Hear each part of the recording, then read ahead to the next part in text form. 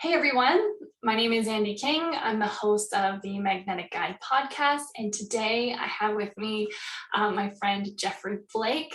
We met through ATG for Coaches, and his name was Grateful Geoffrey. And that led to some conversations and speaking about gratitude. And so JB is a relentless optimist, grateful human, strength coach, and inclusive community builder. His background includes being a touring musician, personal trainer, coaching strength sports, co-founding a nonprofit gym for Baltimore's youth, and running gratitude groups. The gym thing is very cool. The struggles that formed him are the losses of a parent, sibling, childhood house burning down, addiction, learning disabilities like ADD and dysgraphia, and being an asthmatic hard gainer.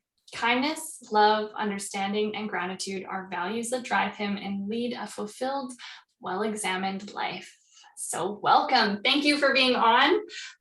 You are my first man interview, so this is great. I think we need that that masculine energy and that male perspective, as well as the feminine too. And I tend to be surrounded mostly by women and coaching mostly women. So I'm really excited to have kind of a male perspective with gratitude and all of your experience to share with us.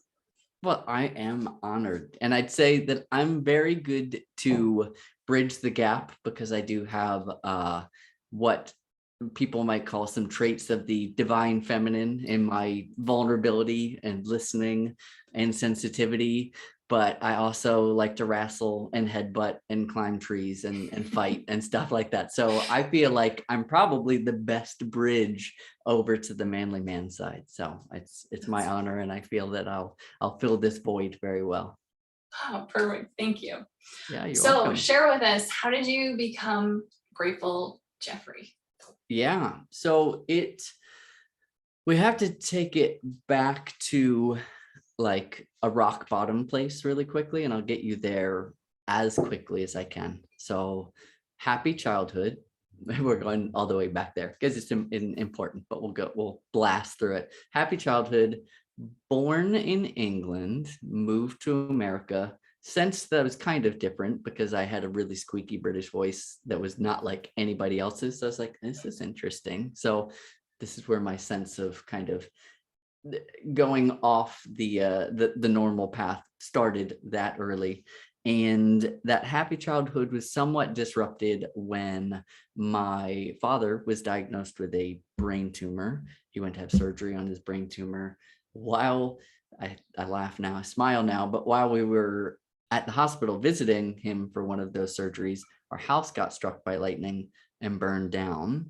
And this is in middle school, which, as you very well know, middle school is tough for everybody, but I had that added toughness onto it, as well as the fact that education was dramatically changing in that time for me, for all the students, but it went from a place where my energy and creativity very much was serving me up to middle school and even in the first couple grades of middle school. But then it just became like just rote memorization, and that's not my thing. And just sit down, sit still, remember the thing and do the test. That's also not my thing.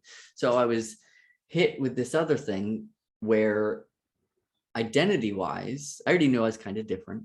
But now I'm realizing that I used to be a smart kid in these extended enrichment programs and gifted and talented, like before school and after school stuff, just for kids that really showed promise and energy and wanting to learn a lot. And now I'm the dumb kid who can't remember anything. And now I'm in special education classes. This is where ADHD and dysgraphia kicked in. And that's where we're getting to rock bottom. Don't worry, we're almost there. So if I'm to skip from middle school to high school, depression sets in, being diagnosed as bipolar, manic depressive. This all happens at that point. My father does eventually pass. And it's the summer from middle to school to high school. By that time, I was already using drugs, and over that summer was my first time smoking crack, which is not a normal childhood activity. Wow. And I realized that now. I even realized it then, but it was like, well, a couple of my friends are doing it, and I have a lot of pain I'm trying to numb. So let's see what works. That took me to experimenting with a lot of drugs. And then by the time I was in my early 20s, I was addicted to opiates and just kind of used that to numb the pain. That went on for years. People ask me about my timeline. I know the story, but I don't know the timeline because so much of it is so much of a blur. It's Yeah. like a really painful thing. And I'm sure that part of my trauma responses just shut that all out to protect me. I try and go backwards and figure it out. I can go by like what band I was in and what girlfriend I had and kind of tell the year. And oh yeah, so that's my way of knowing my timeline of back then, sadly. But I got to a point where I was approaching rock bottom, and then rock bottom was realizing that I was going to die because other addicts around me were dying, were overdosing.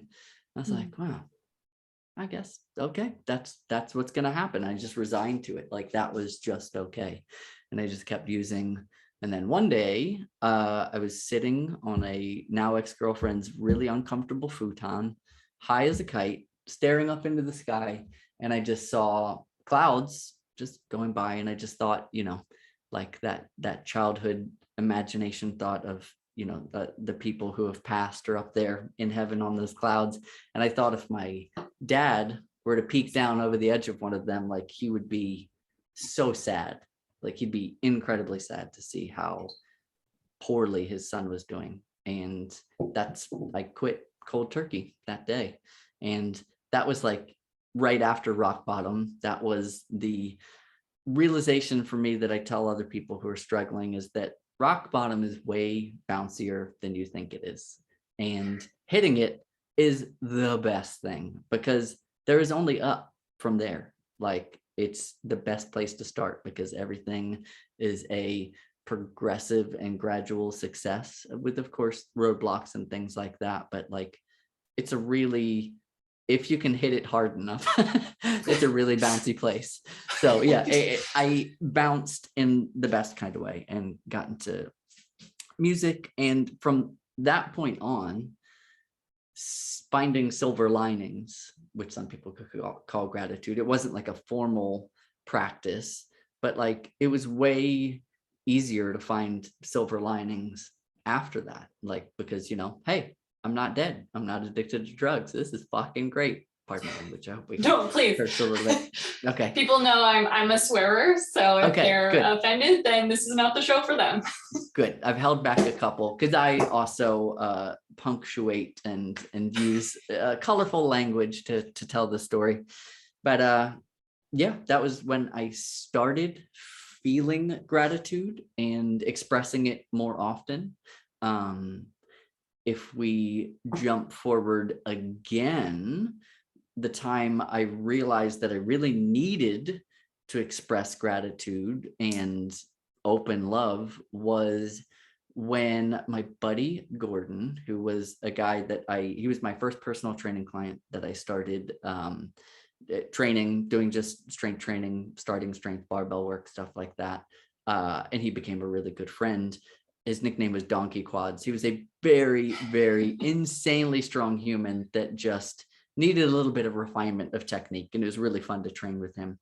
But he had an ACL, MCL surgery and got a blood clot that was traveling up to his lungs and heart, possibly. So he's in the hospital. It was the day I was having a housewarming party for a new apartment I moved into. And I was talking to his wife, who was there with him, like barely conscious after the surgery, like hoping that everything was going to work out. And I'm in a Safeway grocery store in the vegetable aisle, just bawling my eyes out and telling her that I love him and telling her to tell him that I love him and how much I appreciate them and everything like that.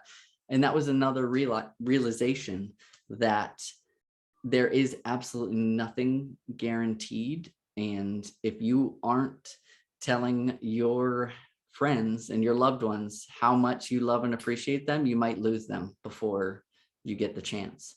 So why not tell everybody all the time, even though it's a little awkward and overwhelming to some people, because some people can't hear all these big, strong, powerful feelings. But, it made me actually feel sick that I'd never told my friend Gordon how much I love him. And that was, we're bridging over into solid, healthy masculinity. If you can't tell your friends that you love them, there's probably something stuck in you that needs to come loose, because you're not expressing what you're really feeling. So that's another stage. And then what got me into it in a much more organized way, and you mentioned this, was the nonprofit in Baltimore. So I co-founded with a really awesome lady, Wendy. We co-founded a nonprofit gym in Baltimore City for Baltimore City youth who are middle school to college age. Middle schoolers came for exercise.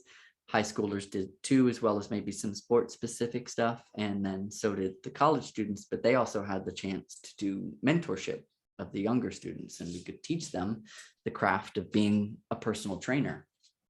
And, there's a lot of struggles and challenges and difficulties in Baltimore with anything from the organization of the government to the culture to the resources.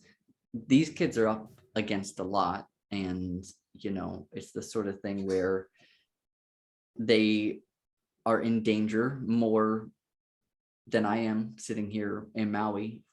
They are living a life that doesn't look very promising, unless you can see the silver linings and start to take those steps. So I was just brainstorming, like, how can I, with all intellectual honesty, help them realize what they have. Even, comparison is the thief of joy, right? So they don't want to compare themselves to some rich kid in New England who has tutors and things like, who has all the resources in the world. It would not make sense for them to compare themselves to that person at this point. I just needed them to see some of the positive things in their life, see that sometimes they actually do have enough, even though it's not much. They do have enough. They do have love. They do have optimism. They do, just to focus on what they do have. And we don't do that to stagnate them or make them feel like they don't want to get more. Like, it's just a baseline of feeling like they have enough. Now let's go do that next thing that they want to do, or go get that next thing. Like, for a lot of them, because America has a big car culture, when they're turning 16, they want to buy a car. And it's like, well, I know you don't have one yet, but what can we be grateful for? And that might be friends' parents driving us around, or a public transport system.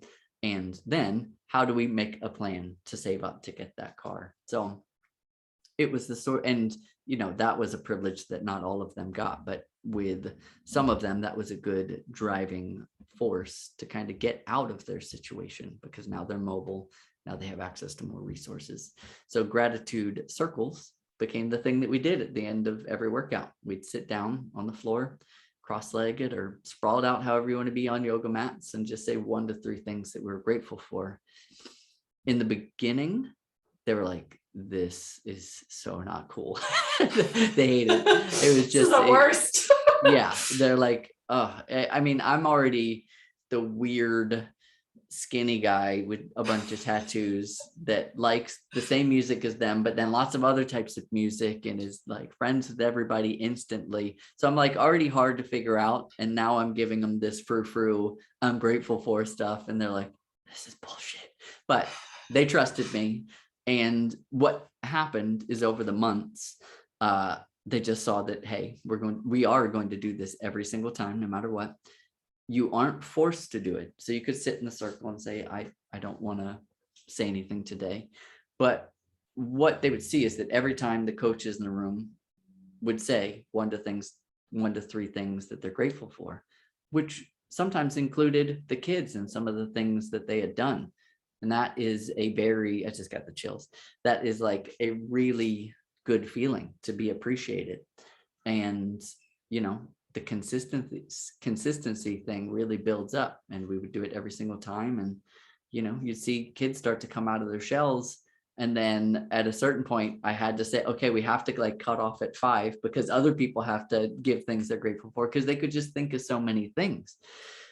And then what drew me in even further, we're just talking levels here, like from exposure to making it like a specialty, is other nonprofit leaders would come in and see like the most magical 5 to 10 minutes that are happening in Baltimore every single day. And they're like, okay, we need to do this. They're like, we don't think our kids are going to do this. I'm like, of course they aren't. They're going to hate it at first. They're teenagers. Right. Yeah, exactly. They are going to push back with everything they have. But when they see that this is just what we do, it'll take some time. You also have to give them freedom to do it or to not do it. That was another part of what made the nonprofit so successful, is mutually respectful relationships are something that most people never have.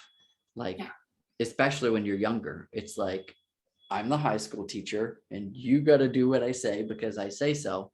And the high school teacher feels trapped. The student feels trapped. It's kind of like a forced thing. And for these kids, like just knowing that they could show up or not show up, they could be there and speak and or not speak, and it was their choice, like gave them a lot of power and a lot of returned respect. So when other leaders started to see the magic that was going on, they said, well, can you teach our staff to do this? So I started doing gratitude workshops, and then friends were like, wait, you do gratitude workshops? Can you do one for us? And I did that. And then I realized that at that point in my life, that this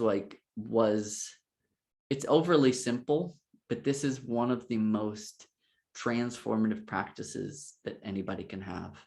And whether you do it for 10 days, 30 days, or, 2 or 3 years in a row, it will change your life, because the human mind is amazing in the way that it learns to track, seek, and spot things. So like if I tell you to just for the next 10 days, your only goal is to see red Volkswagens, your mind will get really good at finding the red Volkswagens. And if I, in the same way, gave you the goal to find 1 to 3 things that you're grateful for each day, your mind gets really good at it. And it's awesome, because you know that the next day you're going to have to show up and I'm going to ask you what you're grateful for. So this is my base level to mindfulness, that I just realized that this is the gift that I maybe was born to give, or maybe I was raised to give, or maybe the struggles that I had formed me to give.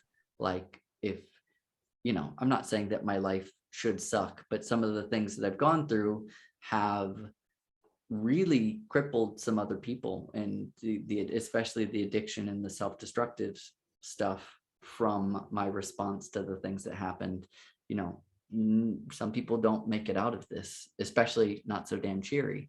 So that's one of the reasons I think, my voice is maybe a little bit more trusted. Mm-hmm.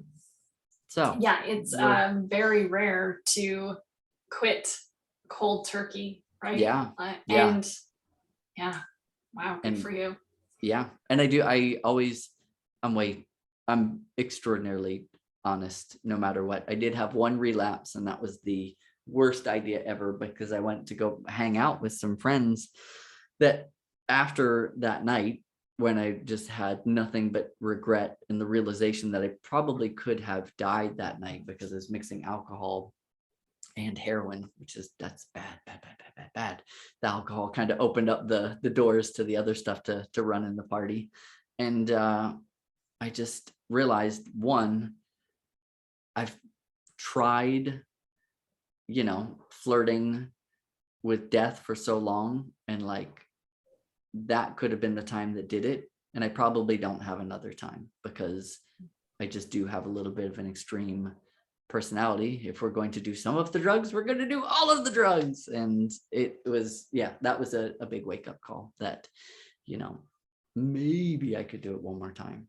but that's probably the time that I misjudge what I should do, and then I'm gonna die. And I was like, okay, another big slap to the face, like another realization that I can die and I really love life. And these people aren't my friends. We're just previously both formally friends with drugs, and that's like the common thing that held us together. But I don't need this anymore, and I need to stay as far away from this as possible. So that.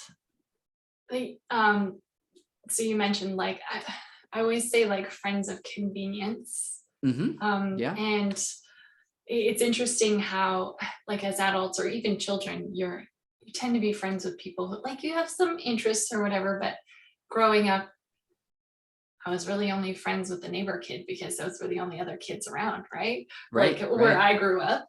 And so Yeah. these friends of convenience, and when we kind of come back to a grateful practice or we come back to like ourselves, and I think gratitude is really important for being able to come back to self and like tap into who you are, your intuition, being Yeah. present and all that. Would we choose, and those people or those friends of convenience in our life, would we choose those people to Yeah. actively be friends with? And I think I see it with a lot of my clients. Although they feel like they're very abundant with friendships, they're not necessarily the best friendships, right? Right. Just that the friends of convenience. We hang out because our kids play sports together and whatever, and it's nice. Right. But Yeah. anyways, And that, sidetrack. no, I love the sidetrack, and it just being, starting with gratitude or any other mindful project, you just realize that you do so many things on cruise control. And I think time helps with this, because I was fortunate enough to be on, like, see the kind of cool rise and fall, ebb and flow of like different scenes. So in the music scenes that I've been lucky enough to be a part of, like I would see them just rise up like this. There's so much energy. People from other states are coming to these shows. It's so exciting. This is like the epicenter. And then it kind of fizzles out. And out of the 100 people that you saw every single week that you thought were your best friends, once it fizzles out, one or two are still your friends. And you're like, oh, we just had this thing in common. We are quite agreeable people, but we're not really friends. We don't have anything in common besides this thing. And then it happened another time with the music scene, and then doing fitness. Like I got into Krav Maga out of music. That's actually what brought me into fitness. And Krav Maga, for people that don't know, because most people don't, is the Israeli Defense Forces fighting system taught to civilians. And I saw that kind of have its ebb and flows. And like when people would leave, sometimes people would leave that circle and you'd never hear from them again. Just like, oh, we weren't really friends. We were just friends with Krav Maga, and we had this shared activity, which was awesome. Happened with CrossFit, happened so many times. So I feel very fortunate that I've collected like 1 to 5 really good friends out of every single like cycle I have. Like Gordon was my first personal training client in like 2008 or something like that. And he's still one of my best friends. We live in different states, but we still call and check up with each other. So I still have friends from Mission Fit and friends from music and everything like that. And that's just okay. It's kind of hard to let go of those other people, but it's just the realization that they're great. They're just not great friends, and that's okay. Well, and I always find there's the little lessons. Like you always pick something up, you learn something from them, whether it was the interaction or their story or right. There's always a great exchange, but yeah. Yeah. And to just enjoy it, that takes us to like the present moment, to just enjoy them for who they are, not wanting to change them, just loving them for exactly who they are at that moment for that amount of time, is just another way of practicing being present and not expect, yes, I want them to be my best friend, but they might not be, and that's just okay. And enjoying the present just lets us take it for exactly what it is, not force it into anything else. And that present focus also leads to a lot less suffering in the long run, because you're not trying to force every single thing. You're just, again, goes back to appreciation as well. You're just appreciating the moment for what it is. And I think that frees us from a lot of the trappings of what our monkey mind wants, and just kind of lets us be a little bit more free in that way. Absolutely. So from your story, you kind of came upon gratefulness or gratitude kind of through trial and error and found deeper and deeper levels of that, correct? Totally. Yeah. I so I was actually introduced to this idea of like a grateful journal or gratitude journal Mhm. from Charles Poliquin. Oh, awesome. Yeah. And it How was cool is something that that? he used. Pardon me? I said, how cool is that? That's Yeah, awesome. it was pretty cool. It was something that he used with his athletes. So he used a grateful log and a thankful log. So it was like a page of each. Mhm. And the grateful log, he wanted his athletes to do it before bed because it would reduce cortisol levels, kick out more serotonin, just recovery and sleep was so much better. And so the grateful log was, things you were, had gratitude for in your day-to-day life that you had in your life at this moment, whatever that was. And then the thankful log was what you would write it. These were things you wanted to create or manifest or like goals.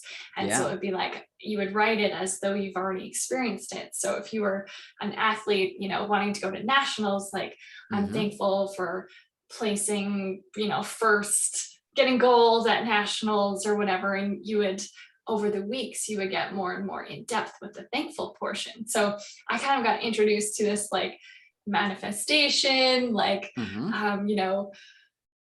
think positive, whatever, the visualization through Charles. And I always thought it was like interesting from the scientific standpoint of reducing cortisol, increasing serotonin, and then subconsciously, I don't know if subconsciously, but being in a state to kind of work on those goals that you want to create from like a visualization standpoint, but having to do the gratitude to put yourself in that state in order to be able to visualize, which I thought was kind of cool. And it's something I have a lot of my clients do, but anyways. I did a post the other day. I learned about the 3 E's of gratitude, maybe 2 or 3 years ago, and I started including it into just a lesson in the gratitude groups that I run online, just to remind people that some ways to boost your gratitude practice is to extend, exercise, and emote. And emote, just feeling the emotion of gratitude and let it kind of wash over you and just really feeling it. And it's so powerful when it comes to goals, when we imagine how we're going to feel if we complete that goal. It's way more powerful than just saying, oh, I want to run a 5-minute mile or anything like that. Like, how, that's cool, but how are you going to feel when you do it? And that just gets you so fired up. So I love that he had both sides of stuff, like both, the now, here's what I have right now and I'm super stoked about it, but here's what I want and I'm just expressing how I'm going to feel when I get it. And I really like that a lot, because a lot of people think that a gratitude practice is going to like blunt the blade. Like, this thing can't be sharp unless I'm just always hungry and always angry at everything, which I can identify with a little bit.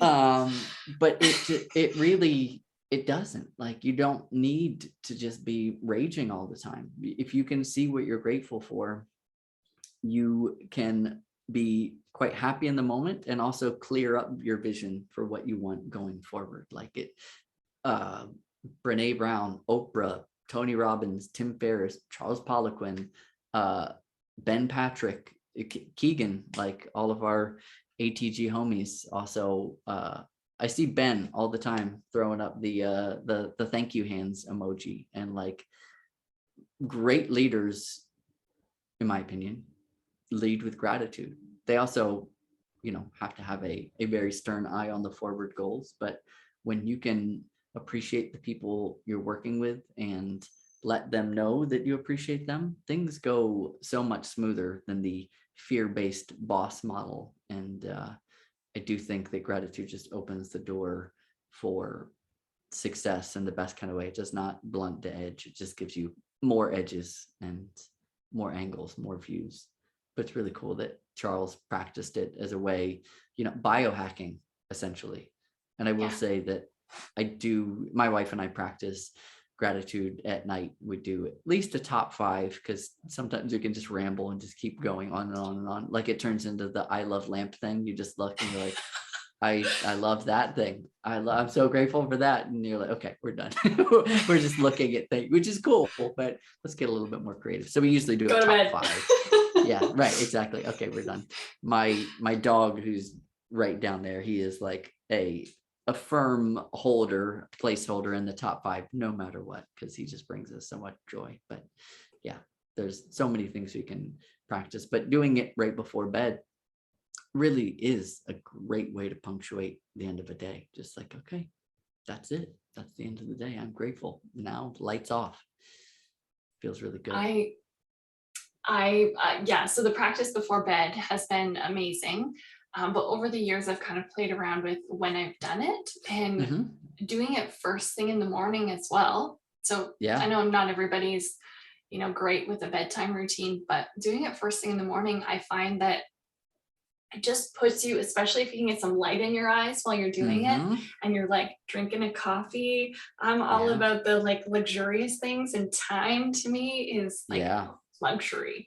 Totally. So doing my grateful log, my thankful log in the morning, drinking my coffee, getting the light in my eyes, and like, fuck, life is so good. Yeah. And you're just set up for the day from this like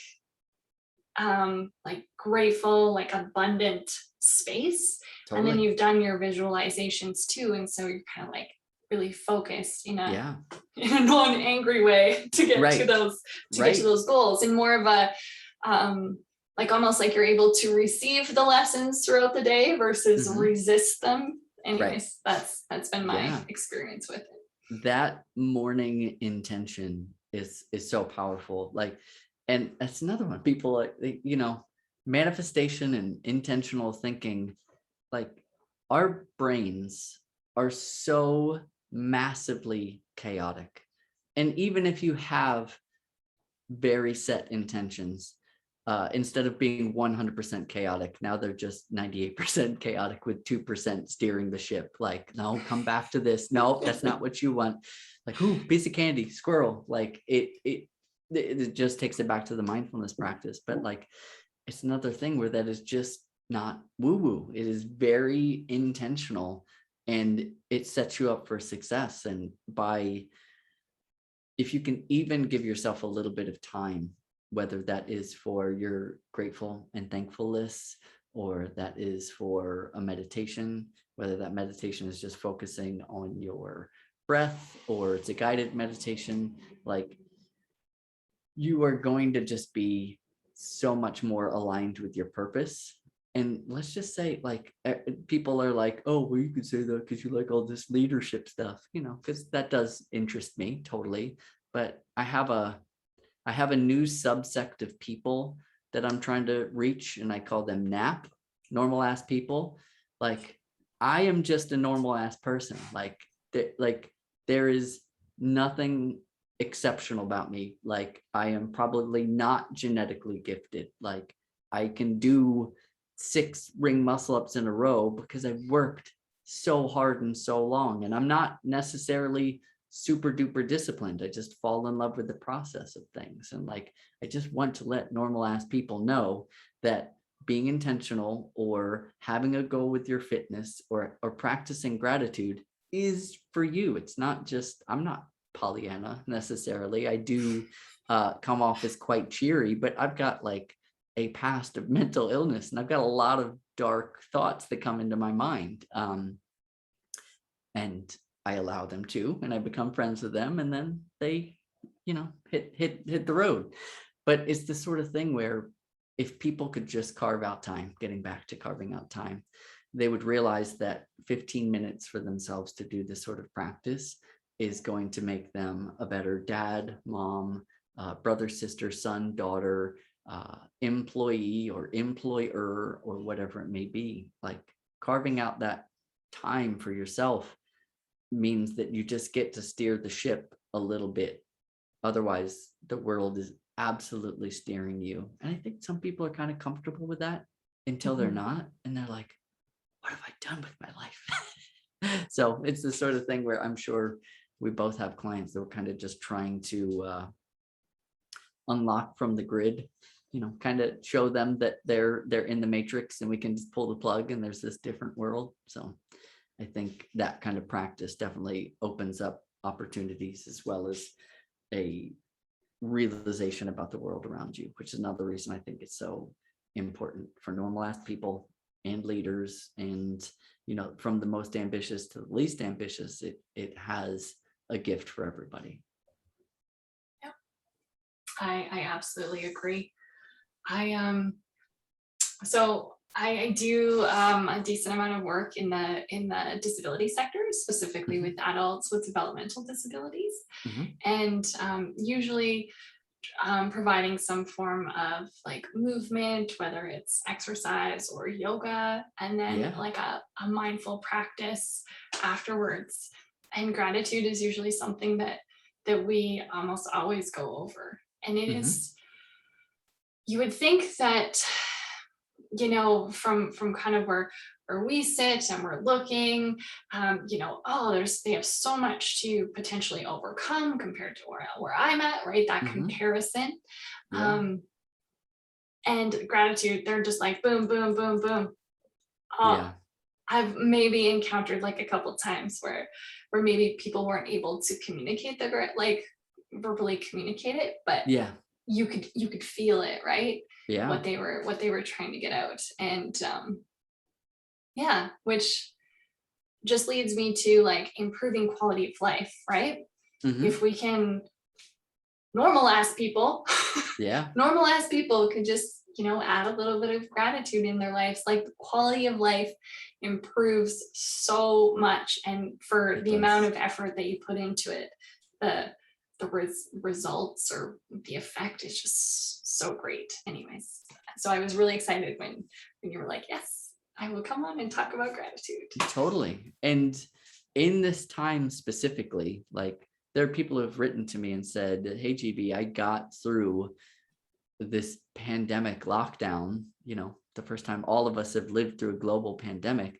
I got through this because of my gratitude practice. Like these are, again, normal ass people who up until March of 2020 had normal ass lives too. And now they don't. And now everything is turned on its head. And they've told me in absolute clear terms that gratitude is what got them through. Like before that, they wouldn't have been strong enough to do it. They wouldn't have dealt with it well.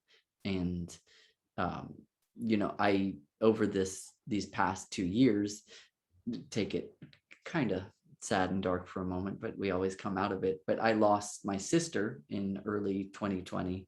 And then this is no secret, but Jackie and I were expecting this year and we lost the baby as well. Just a perfectly healthy baby, just bad timing. And I know for a fact that if my gratitude practice weren't so dialed in the past, that's the sort of thing that would absolutely throw me into a self-destructive spiral, because I couldn't see any good. I could only see the bad, because, death and grief is a terrible thing to deal with. But I was fortunate enough to have been running this group since somewhere in 2019. It's been an online group that I've been running since 2016. And it really, really picked up in 2019. Like, I guess this crazy guy's going to keep talking about gratitude. Maybe we should join him. One of those things, like, I just don't shut up about it. So people are like, okay, I'm done resisting. So people joined, and one was a lady who was experiencing the slow loss of her mother. Like it was guaranteed to happen. She was aging and had a lot of complications and could still communicate, but was just aging rapidly, becoming more and more frail. And the writing was on the wall. And she, as of I think yesterday, is on 639 days in a row of being grateful. And she started that practice back in 2019 and has been grateful every day. And oftentimes she would say, like, hey, I'm having a shitty day. My mom is dying in front of my very eyes, and I have so few days left with her. Nothing is guaranteed, but I'm just grateful for what we've had together, no matter how bad this hurts. And it was really her example, I think, showing me how to deal with grief with grace and gratitude. That's a good alliteration. Grief with grace and gratitude. Definitely helped me process my own loss and not deeply spiral and not just go to a really bad place, and just to think about what I was grateful for in those moments. So I really think that gratitude is so fun and cheery when everything is good, but so important when everything is bad. And there was a quote I really liked by Greg McKeown, who's the author of Essentialism. Have you ever read that one? I've heard of the book, but I haven't read it. It's good. If we were talking about how our normal as people could carve out some time for a gratitude practice or for sitting for coffee in the morning, it's by figuring out what's really essential to you, which he goes over in his book, Essentialism. But Greg, in between his first book and his second book, which I'm spacing on the name of right now, had his daughter go into like a near catatonic comatose state for no apparent reason whatsoever. Like, super happy kid, super cheery. They lived on a farm. She climbed trees and chased chickens and did all the fun kid stuff. And then she just started regressing and regressing. And they had no idea why. And they made it a family practice to say something they were grateful for each day. And if you spot something good, you point it out, and you really pay attention to it. And the quote that I like is that having gratitude in those moments was having times of immense sorrow punctuated with times of happiness and being grateful. And I was like, ooh, that's good. It doesn't need to be all sorrow. So I really think that the practice is more important when things are terrible than when they're good. But when they're good is probably the best time to practice it. So you get really good at it, so you can flex your gratitude muscles when you need to. When you need them. Yeah, exactly. Yeah. I found, so it had I felt like a fairly strong or consistent gratitude practice going into COVID. And then over COVID, it kind of just, we were in quite a few lockdowns here, and it slipped off. My gratitude practice slipped off. And I noticed, like, mood wise, I was, starting not to feel great. Some depression had kicked in, but I didn't realize how much it had crept in until I went to try and do a gratitude practice. I was like, all right, I know this works. Like, this is a tool. I need to get back to it. And then to sit down and even write like one line, right? That grateful log and that thankful log, write one line. I was just so apathetic and but with practice, like, it started to come and started to flow a lot easier, day after day. And I think it's one of those things where there's almost judgment when you're starting the practice too, right? Like, totally. This is hard. Why can't I find anything? Right. Where when things are great, you're like, I'm so thankful for my dishwasher and the sun. I don't know, the smell of the grass, like everything. You're like, it's amazing. But when you're in it, it's So my little hot tip is, if you're starting a gratitude practice, just start small. No judgment. It'll come. We have a name for that. We call it JOLT, which stands for just one little thing. And you can always think of JOLT. Like, every day of my life, I can be grateful for puppies and dark chocolate. Like, even if it was just that simple, like, and sunshine and rivers, and I like all the really simple things. But if you just allow yourself to think of just one little thing, like even it to 6 feet to my right, there's a little outlet on the wall that provides power to everything. It charges things and makes the world go round. And if you can't be grateful for electrical sockets, like you're in a pretty poor place. So just always remember, let it be as little as it needs to be. And also we have a rule in the gratitude jar, which is your gratitude is yours, period. That's it. Like, it's nobody else's to judge. You can share it if you want to. Nobody else should ever question you on it. Like, if we ever want to comment on somebody else's like post or anything like that, we can do it with positive reinforcement or curiosity if we don't understand maybe something they meant, but it's never to be judged. So don't judge your own either. Just let it be, hey, I got a really cute dog. That's awesome. And it does get easier to think of more things. But if you have like either a top 3 jolt list, or you just allow yourself to be happy for the fact that, like, I don't know, canned goods stay stable on the shelf for like a long time. So those black beans are going to be good for a month from now. It's so simple. It's so like mundane, but it really is something that if it was taken away, we'd be grateful for, which is my other tip, is just, if you can't think of something that you're grateful for, imagine if somebody took it away. It's like, oh snap, there's a lot could be taken away that I take for granted every day. So I can look at those things as well. It's like the flip side of gratitude, the dark side.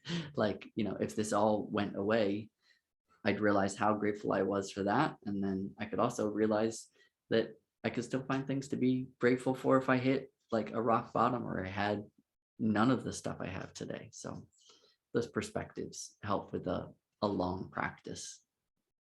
I get sucked down this like rabbit hole with the gratitude practice of when you were like, canned goods last a long time. I was like, I'm so thankful for the person who figured this shit out. Totally.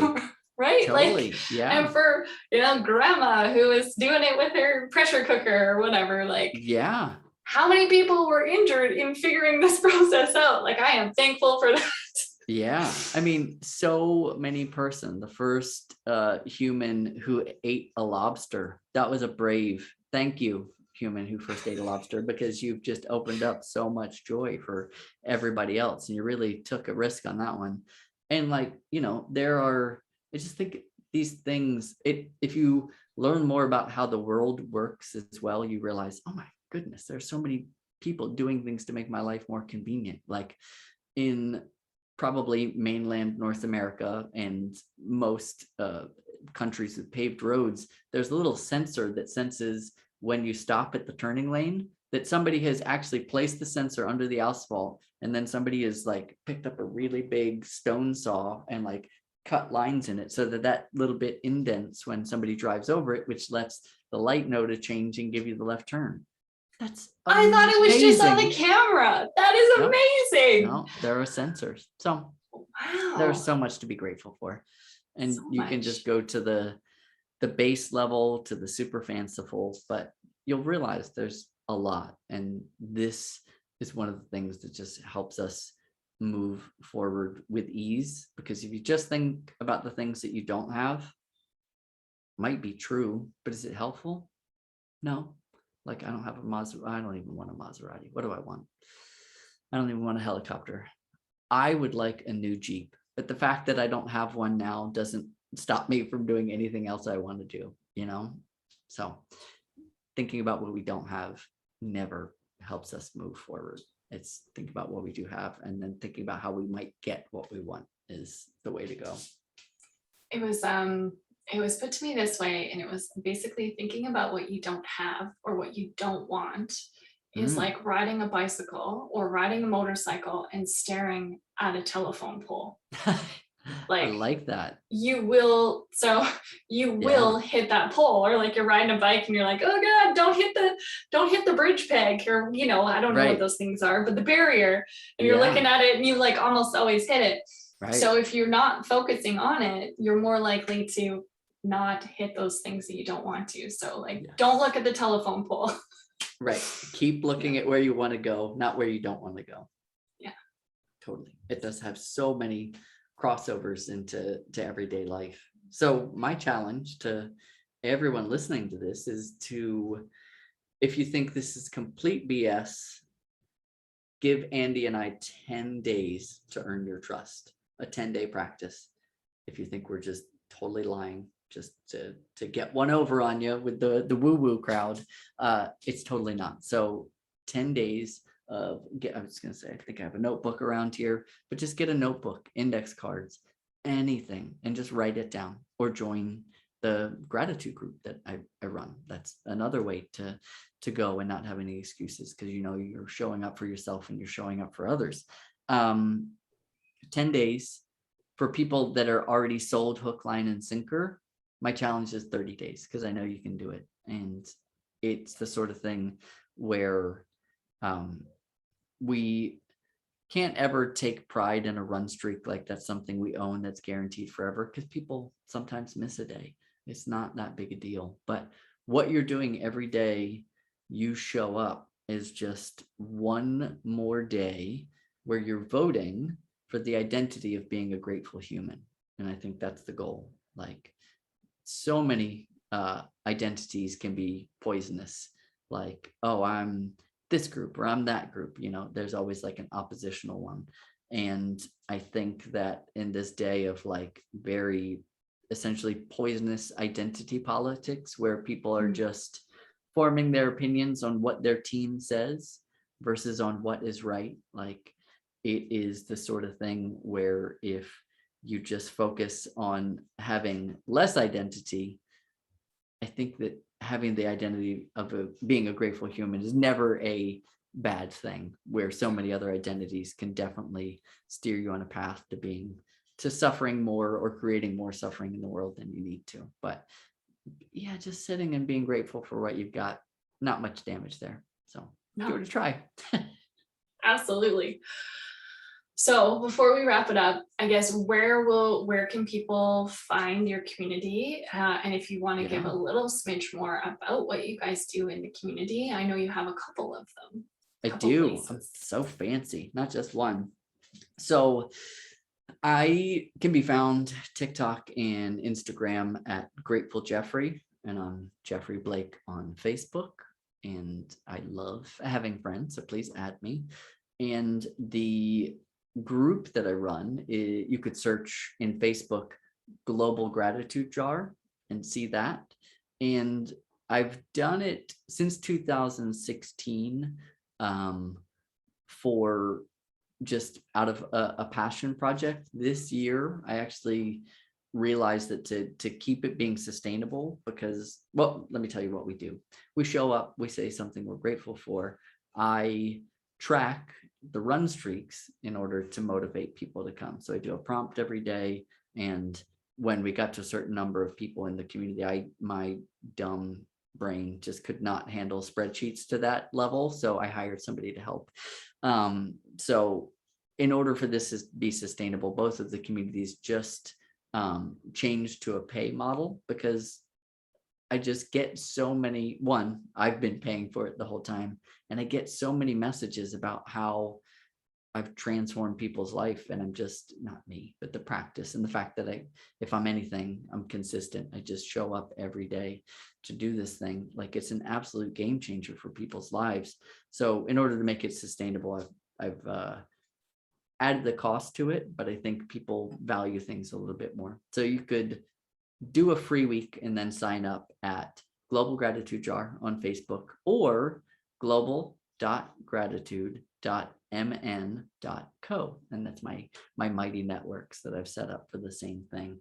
And one exciting thing that I've just added, because have you ever read the book Hooked or Indistractable by a guy named Nir Eyal? You should. We'll talk book club later. Okay. So it's Hooked is the way that the best apps and technology get us hooked to using them, for better and for worse. Like, it's the the science of gamifying things. It is the little red notifications that you feel you have to click on. So I kind of forgot where, oh, I know where it's going. Gamification. I just added in grati coins to the membership, which means that every day you show up, it adds to your run streak, and you get a grati coin for it. And those grati coins you can also like share as tips to anybody else in the gratitude jar if you're like thankful for them, or buy merch from the global gratitude jar if that's what you want to do. We'll be making some shirts and stuff like that soon. So it's not just the practice, it's also earning something and making it kind of a little bit fun too, which I've found, again, if you can make the process enjoyable, the action becomes so much easier. So that is where you can find me and how you can practice. Well, and I think what's great about it too is it's hard to kind of create change when you're solo, right? Gratitude practice is something you can do solo, but when you're surrounded by all these people practicing gratitude, like it's compounded, right? That energy. Totally. So yeah. I think that's amazing that you put that together. Yeah. And there's a lot of energy coming out of it. It just bounces back and forth. Even if that's the thing too, if you're sitting, drinking your coffee and enjoying the sunlight, there's so much to be grateful for. But what if you were in an absolute funk? In days that I've felt funky, I can go to the jar. We just call it the jar for short, global gratitude jar. I can go to the jar. I can look at the comments of things that everybody else is thankful for. And it absolutely just spawns all these ideas that I have. I'm like, oh my God, I'm grateful for that too. Or I'm not grateful for that, but I'm grateful for this similar thing. It really, gets our mindset to a place of shifting out of the grumpiness and shifting into the things you can be grateful for, and having others to do it with makes a big difference, because we won't always show up for ourselves. I know this myself with fitness, exercise. Like when I was running the nonprofit, I had no internal drive to do things for myself. And I actually find a lot of parents and professionals that are in the same thing. But if I could attach my goals to being a better leader or to be a better inspiration for the young people that I'm working with, now I have motivation. So there are two types of motivations that I really like to draw off of. And that's the internal, because I love myself and I'm worthy of love and I'm worth it. But then the external is, how could me becoming a better person help me be a better person for other people? So how can me doing this workout that I don't necessarily want to do right now help me be a better leader, help me be a healthier parent, help me whatever it may be. So for finding the external motivation, having a group that you go to is just way more easy. If you can't even show up for yourself that day, show up for the group, and everything gets a lot easier. Perfect. Well, thank you. And I just want to clarify for people who are listening and maybe not watching this, it's Geoffrey with a G. And I believe when I did the intro, I said JB, but it should have been GB. Oh, it's okay. Geoffrey with a G. I didn't even notice. Okay, well, good. Maybe I didn't, but I was like, oh, maybe I said J. But anyways. People do. Yeah, the G thing throws people off. So thank you for sharing your experience with us, and yeah, I'm sure we'll be maybe doing a book club one in the future. I hope so. Yeah, that sounds fun. That sounds so fun. Thank you for having me on today. This is the stuff I love to talk about. This is the stuff that charges my batteries, and I think that other people find it will charge theirs as well. So thank you for opening up the conversation. Pleasure's all mine.